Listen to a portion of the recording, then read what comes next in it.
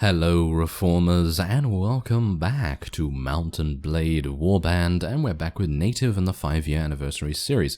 Now, when we left off, we had just fought some Sea Raiders, just kind of running around a little bit, doing what we can to make money, and obviously that includes doing some of the Guild Master quests. Now, obviously I have not headed back just yet to Durham, because obviously that's where we need to hand in the latest task that we have completed, because well, we're kind of in a bit of a quandary at the moment. We don't have any money to be able to upgrade any of our units, and we don't have any money to pay our current units as it is. So I'm going to need to sell some prisoners, and I was lucky enough to find a ransom broker in Riverchegg, which is exactly where we are right now. So there you go, sold 15 of those guys, and we have now... oh my, 1,752 is absolutely fantastic. Should be enough. Oh yeah, obviously I can't actually upgrade people while we're speaking to the ransom broker, hilariously enough. But yes, let's get some more Saranid Mamluks, more slave hunters, more mercenary horsemen. And I'm actually thinking, you know, that these mercenary horsemen are a little bit... they're quite expensive, aren't they? They are quite expensive. I mean, look at the mercenary cavalry, 60 dinars for one, whereas Saranid Mamluks are 48. And those 12 dinars, or deniers, deniers, yes, that nostalgia. Anyway, yes, point is, that is not particularly good, is it? It's going to, you know, drain our resources relatively fast, so I'm just hopeful that we won't really be in that situation for far too long, because I'd like to be able to maybe earn... maybe enough just to get another Weavery and Dye Works or something along those lines. So there is going to be a tournament held in Yalen. Shall we try to get down there? Maybe that would be the best course of action. Obviously we could, you know, technically fight... so, wow, Yalen is very far away. I personally don't feel like we're going to make it there in time. But let's go to Dirim along the way, because obviously that seems to be the greatest thing for us to do. And where am I now? Ah, there I am. Fantastic. Alright. So, yeah, at the moment we actually have some pretty decent... oh, we can actually kill those. Should we kill those Vaegir archers? Let's kill those Vaegir archers, why not? 17 of them might give us a little bit of extra experience. And, yeah, anyway. So, basically what I'm going to try and do right here is I'm going to show most of the... well, that's the thing. If there's traveling that's completely boring and pointless, I'm obviously going to cut that out. But if it's not boring or pointless and we have something to talk about and there's obviously something going on, for example, you know, doing a task or something along those lines, then obviously... oh. Then obviously I might not show that. Ah, that was interesting. Very interesting. Alright, so I'm not going to be taking the Kurjit units, just so you know. I'm going to be taking Saranid units only, of course. And hopefully by the time we actually get down into the Saranid territories, I might actually have enough money to buy some good armor. Anyway, sometimes I'm troubled by all this bloodshed, although I know the proud warlords must be humbled and cruel bandits tamed, if we are to restore peace to Calradia. I must say that Jeremus is a source of great comfort to me. I have told him of my sin, and he said to me that heaven will forgive any transgression, or my transgression in this case, if I truly repent and truly desire such forgiveness. He is wise, and I am glad that he is with us. Obviously, they are both friends, so that's fantastic. It's actually really nice when the companions get along, instead of them constantly complaining about each other. I'm just hopeful that we will not, you know, recruit anyone that actually has a problem, but it's going to happen sooner rather than later, probably. You know, we're probably going to come across a companion that absolutely hates everyone in our party. Oh, there's some more... ooh.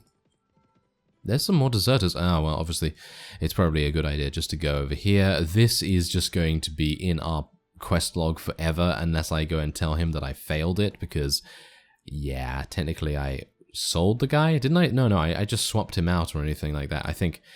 I don't know whether that was even the right thing to do. Oh, Dashavi, oh, hello there. Yes, you are going to join us. Thank you very much.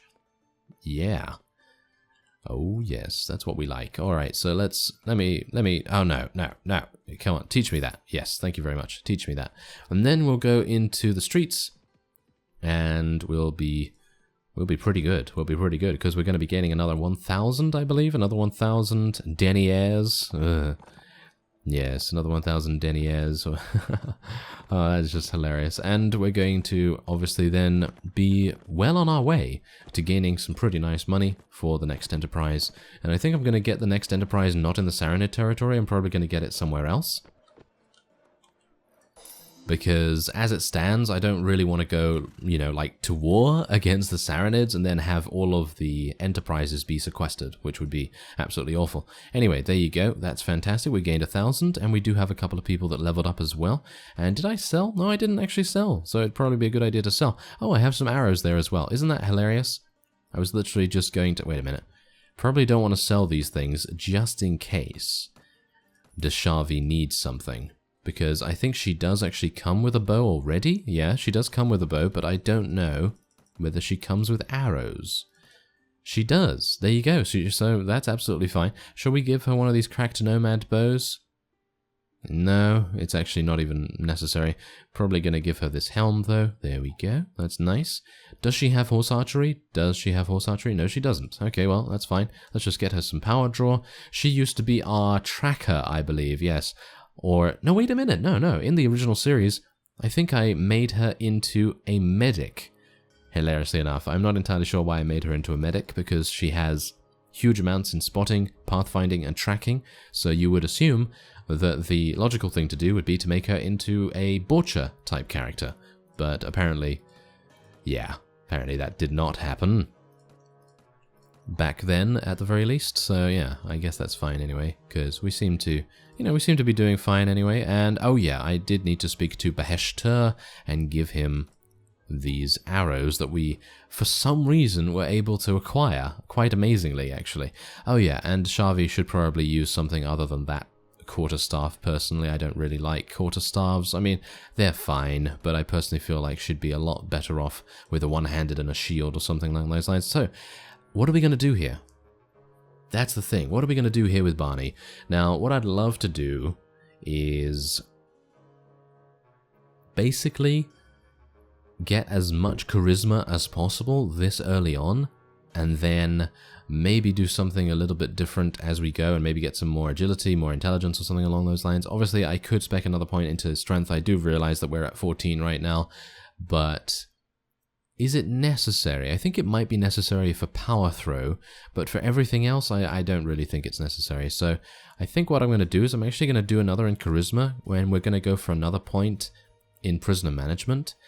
And I don't know whether that's actually going to... I don't actually know whether that's going to be a good idea, but I suppose time will tell, because obviously we do get the opportunity to take many of our opponents prisoner because we have such exceptional blunt weapon using units. So obviously that's going to make a, pretty big difference in the amount of money that we're able to get over time. So let's see if we can, yeah, there we go, fight them in the daytime. Thank you very much. These are Swadian skirmishers. Hopefully Barney will not get taken out this time by these guys, but hopefully we'll be able to take many of them prisoner. So let's tell everyone just to charge in. We have 43 cavalry. There's literally no reason why we shouldn't charge in, and, well, let's just hope that I don't get killed again, because that's going to make things rather difficult, isn't it? Yeah, it's rather difficult. So, yeah, these guys are obviously all crossbow users, so it's going to be... Are you serious? Are you actually serious, cavalry? You're literally running into the only tree in front... Okay, well... I suppose I should not say anything really, because I have been known in my time to run into every single tree that you can, and I think I'm mostly at fault in the Blood and Steel series. Yeah, because we had two different series in the Blood and Steel series. One was to become a bandit. I basically played as a bandit in the Blood and Steel series, and it's still available, by the way, so if you want to watch it, just, you can go through my playlists and everything, and you can find that very easily through that, or you can use the search function on my channel. It's very easy, just put in Blood and Steel and you'll find it. Anyway, point is, apart from, playing a bandit, which is actually really fun in my opinion in Blood and Steel, because they give you so many different mercenary units in the taverns, and they also give you so much money, so you're able to, well, basically raid villages. You get about 20,000 or 30,000, cash from that. And then you can basically recruit whoever you like, and you can, you know, just run around with an entire army of mercenary units and neutral units and all that sort of thing, and you can just basically be playing a bandit, and it's really, really fun. And I actually did create my own faction as well, but at the time I think it bugged out or something, so I actually can't remember. Maybe it didn't bug out, but anyway, the point is that we made our own faction, and then a new version of Blood and Steel came out, and I decided to make a new series with the new version. And unfortunately, the new version kind of didn't really match the enjoyment level of the previous version, which is sometimes the case with mods. Sometimes the mod creator either overthinks things or maybe changes something that a lot of people have been wanting to have changed, and then it kind of ruins most of the experience, which is a bit of a shame, really, because I personally felt like the previous version of Blood and Steel was fantastic. And don't get me wrong, the current version of Blood and Steel is actually still very good. It's just the fact that it's not the same. It doesn't feel the same. But yeah, and in the new version I created a Khergit Loyalist, which was basically a horse archer build. So, you know, we had a magical bow or something along those lines and 350 archery proficiency from the very, very start. It was really fun, actually, to play with that kind of build, because you can imagine the bow just being an absolutely sniper weapon, just really, really sniping everyone that we'd come across, and it was really, really quite fun. Obviously, we were trying to help the Khergits to take over the entirety of the map, but in general, that kind of did make things a little bit more difficult than they had to be, because the AI in Blood and Steel is a little bit weird, especially in the new version, so yeah, I'm not entirely sure what was going on there. But we do have a companion here, Beartilde. Beartilde is here. I think we're going to be taking her. Thank you. She's 500 dinars. I think she's going to be worth it, because she is a very, very good warrior archetype. She's going to become a very, very good heavy infantry / heavy cavalry. Not entirely sure if she has riding skill. Yep, she does. She does. She's going to be absolutely fine. So we're going to be giving her...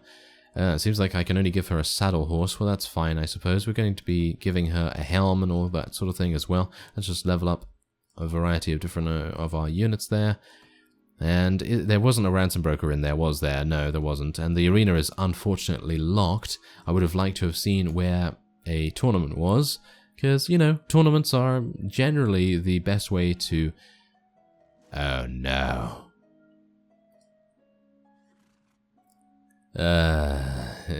Just tell Deshavi of my support in this. Okay, so yeah, it seems like we are going to have to lose Deshavi. I'm really, really sad about that, actually, because she did stay with us throughout the entirety of the series, the original series, and it's just that Borcha has leveled up so much, and he has so much to give to the party. Should I keep him around? I kind of want to keep him around because he is, I believe he was the first companion that we came across, and I kind of feel a little bit sentimental about that, which is a little bit hilarious because it is technically just lines of code and stuff like that. But I'm also sentimental about Deshavi because obviously she was our very first companion in the original series. So I'm just going to let them bicker with each other, and we're going to see who decides to leave first, or maybe we can try and persuade them to stay or something along those lines. Maybe we're going to spec a little bit into persuasion and see if we can, you know, affect the outcome a little bit. Anyway, let's have a look. Yelan and Barry. Ah, Barry is very close by. Fantastic. Yes, that is exactly where we want to go. Let's just hope that it doesn't end by the time we get there. Come on now. Yeah, there we go. Oh yeah, that's exactly what we like. Alright, so I have 100% HP. Should be fine. I have enough to bet. And, oh yes, I'm very happy with that. So 4 teams with 2 fighters each. I have a 2-handed sword. Pretty happy with this. You know, I'm not too happy with, you know, getting pole arms and things like that. I did some pretty decent damage to the horse, which is always nice. And I'm going to try and kill the red team, I think. The red team seems to be doing quite well. Oh, maybe not. I'm a little bit worried about this, actually. Can I get on that horse? Yeah, get it. Yeah, there we go. That's what we like. Okay, don't get killed now, please. Ooh, Sword Sister. Yeah, the Sword Sister is doing so much right now. Yeah, take out... Oh, okay, we actually took out one of her you know, one of her sword sister brethren, and we're now going to have a huge melee with 3 teams and 7 fighters on each team. I'm a little bit worried about this, I gotta say, because the blue team has advantage so far. Oh, nice headshot. Yeah, that's what we like to see. Okay, oh, another nice headshot. Fantastic. Okay, so, yeah, now this is going to be a bit of a problem, so I'm going to try and swap out. Yeah, heavy practice sword, thank you very much. That's what we like to see. Oh, yeah, now we are in business. Oh, yes, there we go. That's what we like. Okay, so let's just kill that. Can we? Can we maybe? Yeah. Okay, so we are certainly through to the next round. Already?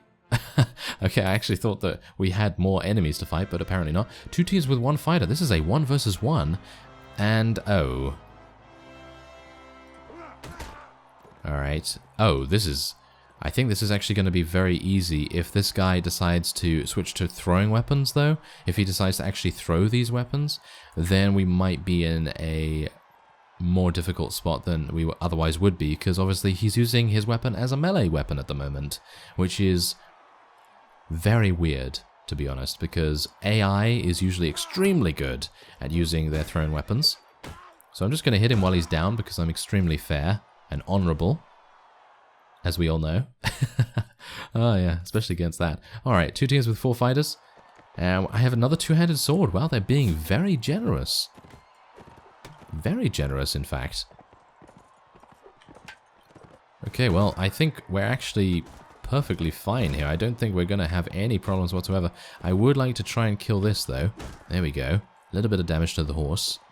Oh, it seems like Kratos got himself eliminated already? Are you serious? You're useless, Kratos. Oh, how dare you. Oh, well, never mind. I suppose it's okay, because I do get to attack some of these myself.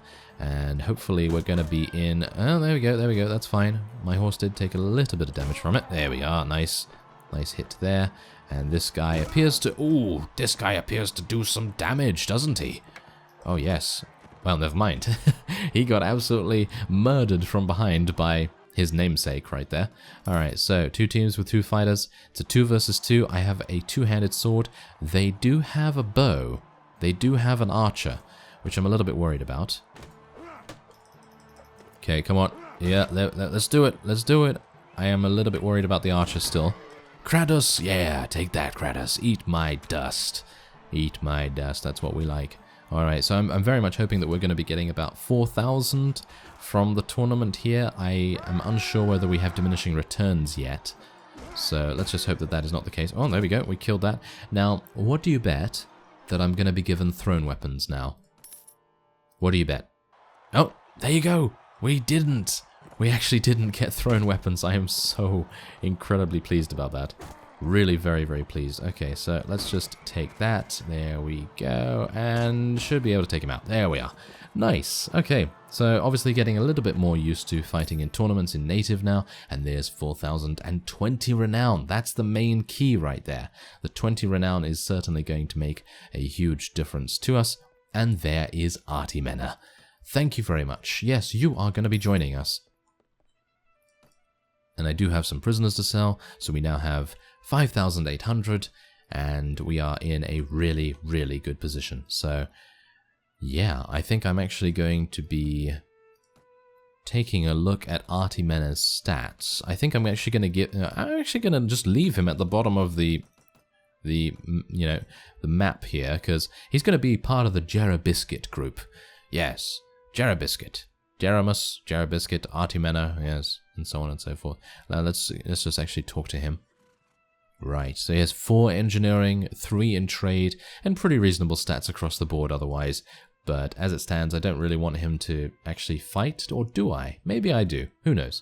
But for now, I'm going to be ending this episode off here. I thank you very much for watching, and I will see you next time.